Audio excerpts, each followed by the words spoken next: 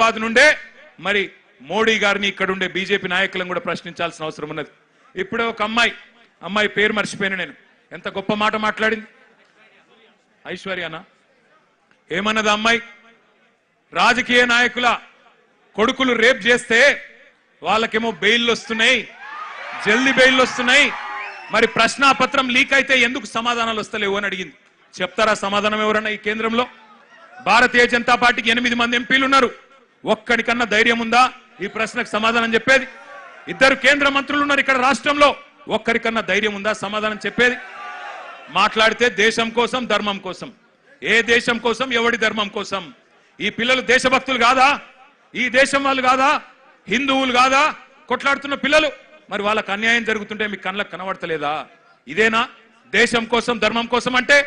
అందుకే అడగాల్సిన అవసరం ఉన్నది, నిలదీయాల్సిన అవసరం ఉన్నది, ప్రశ్నించాల్సిన అవసరం ఉన్నది, గల్లా వట్టి బజార్లకు గుంజాల్సిన అవసరం కూడా భవిష్యత్తులో వస్తుంది.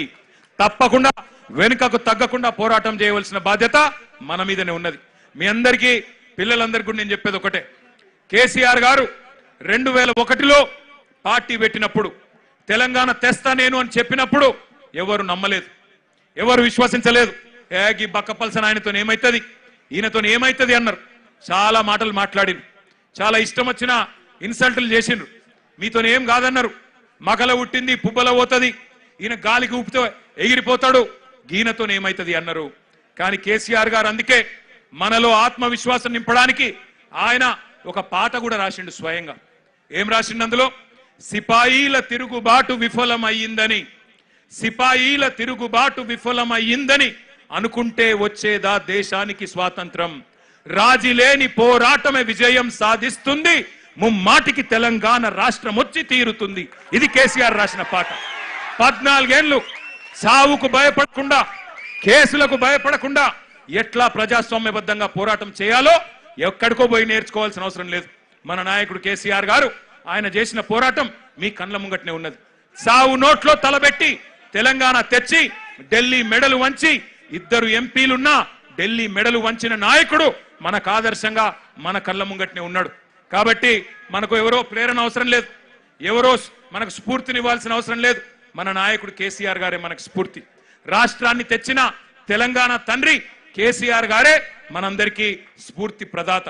నేను పిల్లల్ని కోరేది ఒకటే, మీ కండగా అవసరమైతే నాకు విశ్వాసం ఉంది. ఎందుకంటే కేసీఆర్ గారు కూడా తల్లడిల్లిపోతా ఉన్నారు, కేసీఆర్ గారు కూడా తల్లడిల్లిపోతా ఉన్నారు మీ ఆందోళన చూస్తున్నాడు. ఆయన ఏం చూడకలేడు. సోషల్ మీడియాలో మీ మాట్లాడుతున్న మాటలు, మీరు ఒక్కొక్కరు చెప్తున్న ఆవేదన, మీరు ఏ రకంగా చేస్తున్న నిరసనలు, ఇవన్నీ కేసీఆర్ గారు చూస్తూనే ఉన్నారు. అందుకే అవసరమైతే కేసీఆర్ గారు కూడా తప్పకుండా మీకోసం, మీ భవిష్యత్తు కోసం గతంలోనే చెప్పినట్టుగా ఆయన కూడా he will rise to the occasion. ఆయన కేసీఆర్ గారు ఈ రోజు కాదు, కరోనా టైంలోనే చెప్పిండు, ఇండియా రియాక్ట్స్. కేసీఆర్ చెప్పిన మాట ఇవాళ మీకు ఒక తీరుగా అనిపిస్తుండొచ్చు, కానీ India will react. India has that ability to react. పిల్లలు భారతదేశ భవిష్యత్ నిర్మాతలు, వాళ్ళే ఈ దేశాన్ని కాపాడుకుంటారు, వాళ్ళే ఈ దేశ ముఖ చిత్రాన్ని మారుస్తారు. తమ భవిష్యత్తు కోసం అవసరమైతే ఎంత దాకన్నా పోతారు. India has that ability to react, India has that ability to respond అనే మాట కేసీఆర్ గారు 6 ఏళ్ల కిందట చెప్పిండ్రు. సంవత్సరం కిందట నేను కూడా పోయినా ఒక బొంబాయిలో ఒక ఈవెంట్, ఒక మీడియా ఈవెంట్. అక్కడ మీడియా వాళ్ళు అడిగిరు నన్ను, నేపాల్ ఏమో జరుగుతుంది కదా, జెన్జీ ఉద్యమం జరుగుతుంది కదా, భవిష్యత్తులో భారతదేశంలో కూడా జరిగే అవకాశం ఉందా అని అడిగిన. నేను చెప్పిన ఎస్, భారతదేశంలో పిల్లల ఆకాంక్షలు నెరవేరకపోతే, వాళ్ళ ఇష్యూస్ అడ్రస్ చేయకపోతే, వాళ్ళ ఆవేదన అర్థం చేసుకోకపోతే, వాళ్ళకిచ్చిన హామీలు నెరవేరకపోతే ఇక్కడ కూడా తిరుగుబాటు వస్తుంది అని చెప్పిన. చెబితే అప్పుడు నవ్విండ్రు, వీనికేం తెలియదు అన్నారు. కానీ ఇవాళ చూస్తున్నారు కదా, సంవత్సరం తిరగకుండానే నాయకుడు లేడు, నాయకత్వం లేదు, రాజకీయ ఎజెండా లేదు, కానీ వేల సంఖ్యలో ఇవాళ కాక్రోచ్ల మాదిరిగా భారతదేశం అంతా కదిలి కాక్రోచ్ అని ఇన్సల్ట్ చేస్తే ఇలా అవే కాక్రోచ్లు ఢిల్లీ మీద దండయాత్ర చేస్తా ఉన్నాయి. వాళ్ళకి రాజకీయం లేదు, వాళ్ళు కోరుతున్నది ఒకటే, ప్రధానమంత్రి ప్రశ్నలకు సమాధానం చెప్పాలి. మొదలు ఏమన్నారు వాళ్ళు? ధర్మేంద్ర ప్రధాన్ రాజీనామా చేయాలి అన్నారు. ప్రధాన్ జీ ఇస్తిఫా దో అన్నారు. ఇవాళ ఏమంటున్నారు? ప్రధాని అప్నా మూఖోలో అంటున్నారు. ప్రధానమంత్రి నువ్వు నోరు తెరువు, నువ్వు మాట్లాడు, నువ్వు ఎందుకు చెప్పవని అడుగుతున్నారు. పిల్లలు సూటిగా అడుగుతున్నారు. ప్రధానమంత్రి గారు, परीक्षा पे चर्चा करने वाले प्रधानमंत्री जी परीक्षा लीक पे क्यों नहीं चर्चा करते हो? परीक्षा लीक మీద ఎందుకు మాట్లాడవు? పరీక్ష మీద చర్చ అంటావు, పరీక్ష పై చర్చ అంటావు, పరీక్ష లీక్ల మీద ఎందుకు మాట్లాడవు అని ప్రశ్నిస్తా ఉన్నారు. అట్లాగే ఈ పిల్లలు అడుగుతున్నారు, ప్రధానమంత్రి గారు విశ్వగురువు, నువ్వు విశ్వగురువు కదా, మరి ఎందుకు నోరు విప్పుతలేవు, ఎందుకు మాట్లాడతలేవు అని అడుగుతున్నారు. పిల్లలు అడుగుతుంటే గర్జిస్తుంటే గర్వంగా అనిపిస్తున్నది. ఏమంటున్నారు? మీరు యుద్ధమే ఆపినా అన్నారు కదా, రష్యా యుక్రెయిన్ యుద్ధమే ఆపినోనివి పిల్లల కన్నీళ్ళు ఆపలేవా, పిల్లల మీద జరుగుతున్న దాడులు ఆపలేవా ఢిల్లీలో అని అడుగుతున్నారు. సమాధానం చెప్పే సత్తా ఉందా కేంద్ర ప్రభుత్వానికి?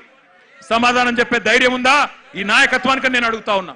ఇవాళ నోటికొచ్చినట్టు మాట్లాడడం కాదు, పిల్లల మీద బ్రాండేసి బదనాం చేయడం కాదు. ఒకడు అర్బన్ నక్సలైట్ అంటాడు, ఒకడు దేశద్రోహి అంటాడు, ఒకడు ఇంకేదో అంటాడు. మాట్లాడితే గొంతు విప్పితే, మీకు వ్యతిరేకంగా గలం విప్పితే ఇవాళ ఇష్టం వచ్చినట్టు గొంతు నొక్కే ప్రయత్నం చేస్తా ఉన్నారు. నాకు ఇంకా అన్నిటికన్నా గొప్పగా అనిపించింది, మీకు చెప్తా. ఎంత బాగా అనిపించిందంటే, నాకు మీకు మద్దతుగా ఏ రాజకీయ పార్టీ రాలే 25 రోజులు, మీకు మద్దతుగా ఏ మీడియా రాలే.